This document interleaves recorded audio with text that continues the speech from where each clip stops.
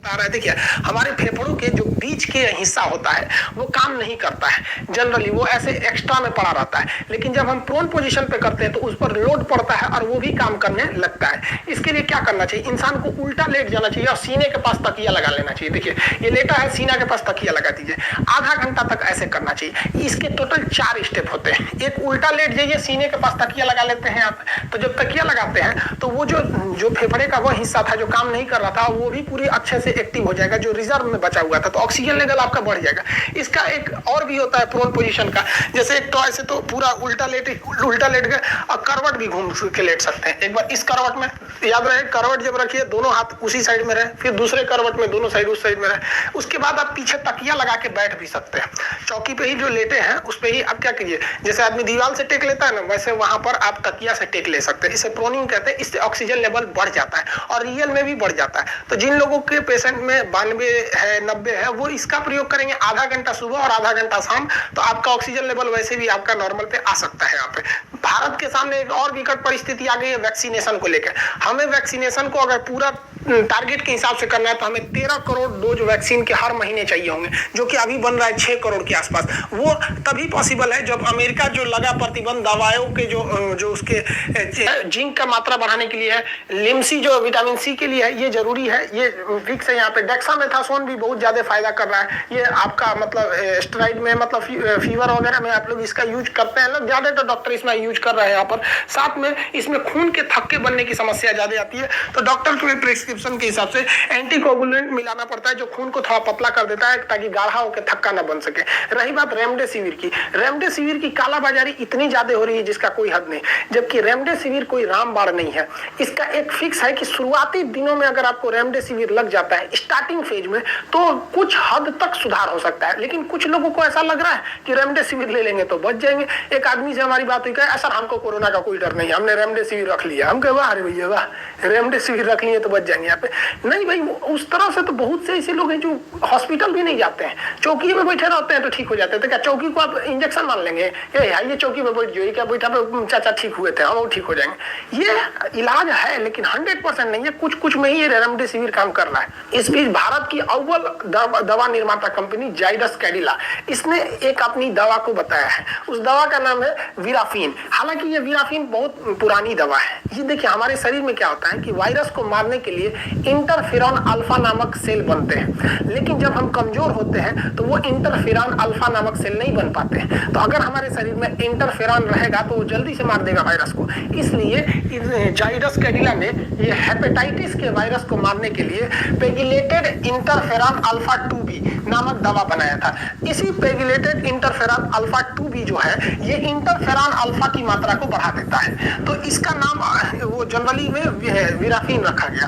अब चूंकि हेपेटाइटिस पर इसका प्रयोग किया गया, और हेपेटाइटिस भी आरएनए वायरस होता है और कोरोना भी आरएनए वायरस है, इसलिए इसका प्रयोग करके देखा गया कि क्या यह काम करता है कि नहीं। तो वीराफिन एक्चुअली हेपेटाइटिस की दवा थी। जब इसको देखा गया तो बहुत ही बेहतरीन काम किया यहाँ पर। पेगिलेटेड इंटरफेरॉन अल्फा 2b का ये फार्मूला होता है यहाँ पर, समझ गए, बहुत बेहतरीन काम किया।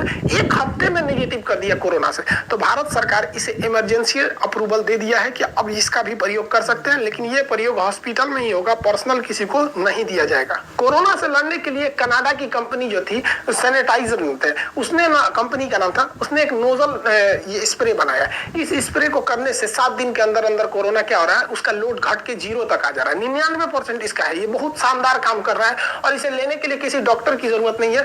नॉर्मल इसमें लगा है, इसको दबाइएगा तो स्प्रे का, कैसे सैनिटाइजर में दबाते हैं तो फेंक देता है वहां पे, तो नॉर्मल लगा के इसको करके प्रयोग किया जा सकता है। हालांकि ये बहुत बेहतरीन सक्सेस हुआ है कनाडा में। हालांकि इसका कई जगह मान्यता भी मिल गया है, ब्रिटेन हो गया, इजराइल हो गया, इसे मान्यता दे दिया है। तो भारत सरकार को भी इसे देना चाहिए। देखिए, ब्रिटेन भी तो पागल है नहीं जो इसे मान्यता दे देगा फालतू में। इजराइल हम लोग से बहुत टेक्नोलॉजी में आगे, उसने जब मान्यता दिया है तो मतलब इसमें कुछ है। और दूसरा, अगर मान के चलिए कि ये उतना काम नहीं भी करेगा तो कौन सा हम इसको ब्लड में दे रहे हैं, ससुरा नकिये में ना दे रहे हैं, बहुत ज्यादा नुकसान नहीं करेगा। तो क्रीम पाउडर ये सब जो बाहर से चीज लगते हैं उतना नुकसान नहीं देते। तो भारत सरकार भी इस पर ये अप्रूवल के लिए दे रहा है। हालांकि ये पार्टनर खोज रहा है भारत में, और जैसे पार्टनर मिल जाएगा भारत सरकार के डीजीसी जो है drug controller general of India, वो परमिशन दे देंगे तो हो जाएगा। तो इसी तरह का नोजल भारत बायोटेक भी बना रहा है और सीरम इंस्टीट्यूट ऑफ इंडिया भी बना रही है। लेकिन अभी ये लोग स्टार्ट किए हैं, जुलाई अगस्त तक जाएगा, तब तक कोरोना का पीक आएगा मई के बीच में, तो ये इससे इमरजेंसी अप्रूवल मिलेगा तो एक राहत की सांस लेंगे हम लोग। दो देश ऐसे भी हैं जो कोरोना मुक्त हो चुके हैं, एक आपका इजराइल हो गया, दूसरा यहाँ पे आपका न्यूजीलैंड हो गया। ये लगभग कोरोना से मुक्त हो चुके हैं। हालांकि अब जिस हिसाब से चल रहा है, कोरोना की वैक्सीन भी आ गई, जाइडस कैडिला की विराफिन दवा भी है और नोजल स्प्रे भी है। इस तरह से कोरोना का खात्मा ज्यादा मतलब लग रहा है कि हाँ कुछ नई किरण की नई उम्मीद जगी है। कुछ लोग अभी भी वैक्सीन से डर रहे हैं। ऐसे लोगों को क्या करें? देखिए, बीड़ी, सिगरेट, गुटखा, पान, इस सब पे लिखा रहता है यह मौत का कारण है, लेकिन फिर भी लोग उसको खाते हैं। और वैक्सीन पे लिखा है कि आपकी जिंदगी बचा सकती है, लेकिन फिर भी इससे लोग डर रहे हैं। वाह रे वाह, यही तो है हमारे यहाँ गुटखा का प्रचलन। बोलो जुबा केसरी, मरो ससुरे तू नहीं जुबा केसरी। यहाँ बोलो वैक्सीन लगाएंगे हम तो ना, जुबा केसरी करिए, केसरी जुबा। कैसा बताइए, गुटखा से लोग नहीं डरते हैं। हजारों लोगों की जान लेता है शराब, गुटखा, पान, बीड़ी, लेकिन ना वैक्सीने से इन लोग को ज्यादा डर लगता है। देखिए, आप सब लोग को एक बात बताते हैं, एकदम ध्यान से समझिएगा। 15 मई तक, 15 से 20 मई मान के चलिए, 20 मई तक अगर आप अपने आप को कोरोना से बचा लेते हैं तो आपके बचने की संभावना बहुत ज्यादा हो जाती है, क्योंकि गवर्नमेंट हर उस सिस्टम को अब ठीक कर रही है। लेकिन इस सिस्टम को ठीक करने में 15 से 20 दिन का समय लगेगा। और अगर अभी आप जाके हॉस्पिटल में एडमिट होते हैं ना, तो ना ऑक्सीजन मिलेगा, ना दवाई वाई कुछ ना मिलेगी, सीधे जाएंगे ऊपर यहाँ पे। इसलिए अभी बचने की कोशिश कीजिए, अभी बहुत ज्यादा रिस्की चल रहा है। 15 से 20 मई तक अगर आप बच गए ना, तो उस समय तक ऑक्सीजन भी अवेलेबल हो जाएगा, हर चीजें अवेलेबल हो जाएंगी।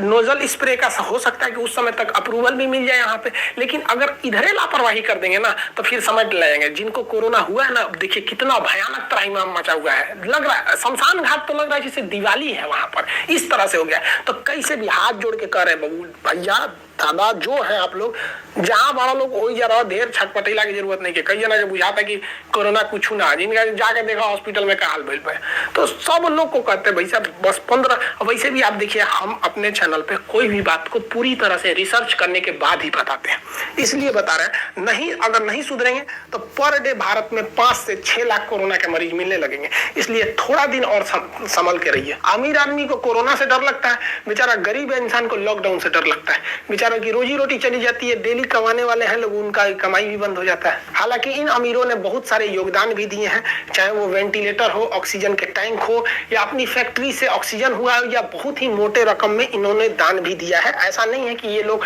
नहीं है, बहुत बेहतरीन। हाँ, वैसे ही लोगों ने दान नहीं दिया जो विदेशी कंपनियां भारत में है, उन लोगों ने पैसा उसा नहीं दिया। इसलिए अपने स्वदेशी पर ज्यादा बल दीजिए। अब सरकार के लिए कुछ सुझाव देखिए, इस कोरोना के विकट परिस्थिति में बहुत सारे प्राइवेट हॉस्पिटल बंद करके भाग गए हैं, मरीज नहीं देख रहे हैं। प्राइवेट हॉस्पिटल बहुत सारे ऐसे हैं, तो गवर्नमेंट को ऐसे प्राइवेट हॉस्पिटलों को अपने अंडरटेकिंग ले लेना चाहिए, उसे ले लेना चाहिए। और जो कोरोना के माइल्ड सिम्टम वाले मरीज हैं, यानी जो खतरनाक नहीं पीड़ित है, जिन्हें नॉर्मली ठीक किया जा सकता है, तो हल्का फुल्का की जरूरत है, तो उन्हें ऐसे प्राइवेट हॉस्पिटलों में भर देना चाहिए। इससे क्या होगा कि सरकार के जो कोविड हॉस्पिटल है, जो सरकारी हॉस्पिटल है, उस पे जो बेहतरीन डॉक्टर लगे हैं, बेहतरीन इंफ्रास्ट्रक्चर लगा हुआ है, ऑक्सीजन लगा हुआ है, वो उनको भी लगा है जो सीरियस है, उनको भी लगा है जो सीरियस नहीं है। तो ये समस्या है। तो जो सरकार का अपना कोविड हॉस्पिटल है, कोविड सेंटर है, कोविड कमांड सेंटर है, या जो सरकारी हॉस्पिटल है, उसको उसके लिए रिजर्व रख दिया जाए जो एकदम सीरियस मरीज है वहां पर, क्योंकि उन्हें भर्ती करना जरूरी हो जाएगा। और इन प्राइवेट हॉस्पिटलों को और इसमें काम कर रहे नर्स और डॉक्टर को सरकार इमरजेंसी घोषित करते हुए 1 से 2 महीना के लिए अपने अंडर में ले सके। अब भारत में कुछ भी लिया जा सकता है, नेशनलाइज कुछ भी हो सकता है, यहाँ पर ले ले। यहाँ पर सरकार 1 मई से कही है वैक्सीनेशन के लिए। भाई साहब, हमको तो लग रहा है कि कोरोना से लोग इतना डर गए हैं कि 1 मई से जो लंबी लाइन लगेगी, वहां लाइन से ऐसे ना हो जाए कि वहां से कोरोना फैलना चालू हो जाए, क्योंकि इंफ्रास्ट्रक्चर नहीं है। तो आज जितने भी प्राइवेट स्कूल है वो सारे के सारे बंद है, इवन सरकारी भी बंद है। तो सरकारी और प्राइवेट स्कूलों को सरकार को क्या करना चाहिए, उसे अपने अंडर टेकन ले लेना चाहिए 2 महीने के लिए। और वहां पर हर जगह पे, ऐसा कोई जगह नहीं है जहां पे स्कूल नहीं है, वहां पर उन्हें कोरोना की वैक्सीन देनी चाहिए, उसको वैक्सीन सेंटर बनाना चाहिए। और जितने टीचर सरकारी छुट्टी पर है ना, इन टीचरों को वैक्सीन ट्रांसपोर्टेशन में लगाना चाहिए। खाली बैठे हैं वो लोग वहां पर।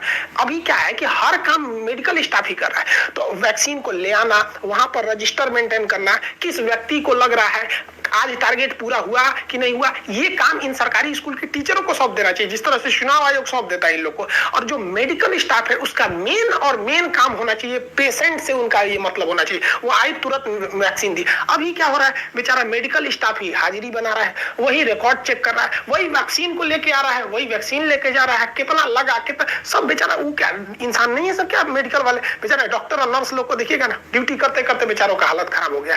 तो इन लोग को बैठा के सैलरी देने से क्या मतलब है। इससे क्या है कि कई जगह वैक्सीन सेंटर हो जाएंगे और हम लोग बहुत जल्दी वैक्सीनेशन कर सकते हैं यहाँ पर। अभी क्या है कि बड़े से पंचायत एरिया में एक तो छोटा सा वैक्सीन है, उसमें बेचारे स्टाफ भेजिए, तो इनका यूटिलाइज करना बहुत ज्यादा जरूरी है, वरना एक जगह बनाएंगे तो वहां से कोरोना फैलने लगेगा। हम भारत सरकार के तथा सारे राज्यों से हम ये अपील करते हैं, विनती करते हैं कि जितने भी मेडिकल स्टाफ है उन्हें केवल कोरोना के इलाज में लगाइए। हर हॉस्पिटल में मैनेजमेंट को देखने के लिए वहां पर आप अधिकारियों को नियुक्त कीजिए। अब ये रेलवे है उसके अधिकारी फ्री है, बहुत रेल नहीं चल रही है, मेट्रो अभी बंद पड़ी हुई है उसके अधिकारी फ्री है, तो ऐसे अधिकारियों को हॉस्पिटल के एडमिनिस्ट्रेटिव की जिम्मेदारी दे दीजिए कि किस नर्स की ड्यूटी रात में लगेगी कि दिन में लगेगी, ऑक्सीजन आया कि नहीं आया। ये लोग ये अधिकारी हैं तो इन्हें मैनेजमेंट करने आता है, ये बेहतरीन ढंग से कर सकते हैं। तो आपने छोड़ दिया हॉस्पिटल को, बेचारा वही ऑक्सीजन देख रहा है कि नहीं है, सप्लाई देख रहा है, हाजिरी देख रहा है, ड्यूटी देख रहा है, शिफ्ट देख रहा है, सैलरी देख रहा है, अटेंडेंस देख रहा है, मर जाएगा बेचारा वहां पर। अभी के वक्त में इन 2 महीने के बीच में क्रूशियल टाइम है, इन लोग को झोंक दीजिए यहाँ पर। हॉस्पिटल के डॉक्टर नर्स का काम केवल और केवल कोविड मरीज को देखना है, इनका मैनेजमेंट हो जाए, बाकी वो हॉस्पिटल जो डॉक्टर हैं वो कहाँ रह रहे हैं ये सारा काम ये लोग देख सकते हैं। अब जैसे हमारे मंत्री जी हो गए, जैसे अमित शाह जी हो गए, उद्घाटन करने हॉस्पिटल जा रहे हैं या स्थिति का जायजा, पता चला 4 डॉक्टर इनके आगे पीछे घूम रहा है। हम ये नहीं कह रहे कि आप उद्घाटन करने मत जाइए, अच्छी बात है आपके जाने से वहां पे और मतलब त्वरित काम होगा, लेकिन 10 डॉक्टर बिजी हो जा रहा है। तो ऐसे जो एडमिनिस्ट्रेटिव में लगे रहेंगे लोग, वो लोग दिखा देंगे कि हाँ सर आप हमारे होम मिनिस्टर है, देखिए ये पोजीशन है, इतना ऑक्सीजन है, इतना ये मरीज है, ये है। डॉक्टर अपना भी कोई मतलब नहीं। अब गृह मंत्री आए या प्रधानमंत्री आए, जब तक कोरोना है डॉक्टर को छोड़ दीजिए यहाँ पे, हाँ कोई भी मंत्री है भैया वो एडमिनिस्ट्रेटिव वाला देख लेगा यहाँ पर। और साथ ही कौन सा काम हुआ कि नहीं हुआ, जैसे कितना ऑक्सीजन चला है वो पहुंचा कि नहीं पहुंचा, कितना डिमांड है, बैकअप में कितना बचा है, मरीजों की संख्या कितनी है, मरीज एडमिट हो रहा है कि नहीं हो रहा है, इस सब की जांच के लिए भी ना रिटायर्ड जजों को नियुक्त करना चाहिए और उनके अंडर में देना चाहिए। क्योंकि रिटायर्ड जो जज होते हैं चाहे वो डिस्ट्रिक्ट के हो या हाई कोर्ट के हो, इजिली अवेलेबल है हर जगह पे, उन्हें अगर ये सौंप देंगे तो उन्हें बेहतरीन ढंग से एडमिनिस्ट्रेटिव के काम आता है और कोई जज से बैठेगा भी नहीं वहां पर। यहाँ पे तो हमारे यहाँ कुछ हो नहीं रहा है ना, तो यूटिलाइज नहीं कर पा रहे हैं। और इसको समझने में हमारे हाथ जोड़ के विनती करते हैं, सरकार बात मान लीजिए। आप लोग बहुत सारे बात मान लेते हैं, हमारे लिए भी देश पे एहसान होगा अगर ये बात मान लेते हैं, तो इस चेन को बनाने में 10 से 15 दिन लग जाएगा। इसलिए आप लोग संभाल के रखिए, कैसे भी 10 से 15 मई तक आप लोग अपने आप को बचा के रखिए, नहीं तो बहुत दिक्कत हो जाएगा। और जो जिन शहरों में कोरोना बहुत खतरनाक है, जैसे लखनऊ हो गया, इलाहाबाद हो गया, मुंबई का एरिया हो गया, उन जगहों पे जहां पे सख्ती है वहां 10 से 15 दिन का कंप्लीट लॉकडाउन लगाइए, एकदम भयानक वाला। क्योंकि ज्यादा ढिलाई देना भी ठीक बात नहीं होता है लॉकडाउन में वहां पे। और जो प्रशासन है उनके पैरामिलिट्री फोर्सेस का हेल्प लीजिए लॉकडाउन को सख्ती से पालन करने के लिए, तब जाके हम इस कोरोना से लड़ पाएंगे। वरना हमारा देश जो है ना एक एक हीरा खो रहा है। कोरोना के बेड पे मरा हुआ कोई भी व्यक्ति इस देश का महान व्यक्ति हो सकता था। जब अब्दुल कलाम ट्रेन में बैठ के अखबार बेचा करते थे तो कोई नहीं जानता था कि वो एक दिन मिसाइल